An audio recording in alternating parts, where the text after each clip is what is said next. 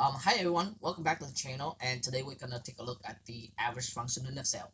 The average function in Excel returns the average of a group of cells to get the average number of electoral vote among the top 6 states.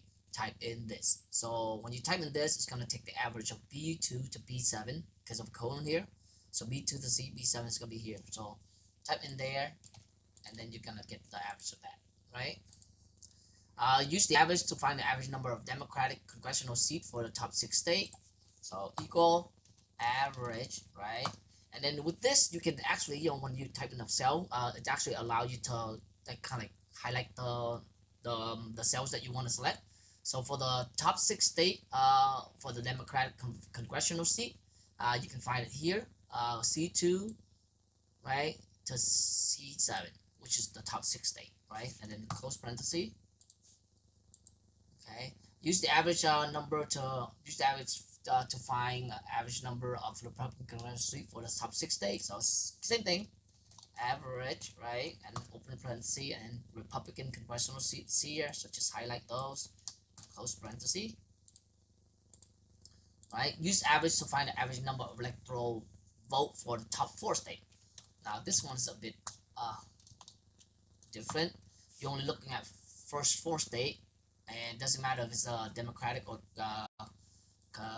yeah, we're looking for the electoral vote, right? So it's gonna be the first 4 states, which is here, right? First 4. There we go.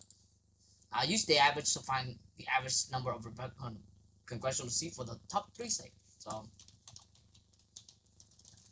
we're looking for the top 3 states only. Republican here, so the top 3 states there. So just that.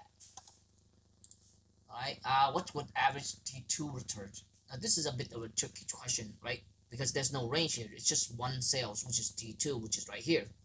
So an average of 1/6 is a 6, right? And then last one is what would an average of 1, 1, comma 1, comma 1, comma 1 returns, right? So there's no range here at all, but they do give you a set of number, and of course an average of a set of ones, it's 1. Because if you add them up and then you divide by the number of ones, or the number of numbers, then you get the average. So 7 1, so 7 divided by 1 is still 1, right? Okay. Thank you so much for watching this video. That's it for today, and if you like this video, please hit the like button and subscribe so that I can bring this to more viewer like you. Thank you, and see you next time.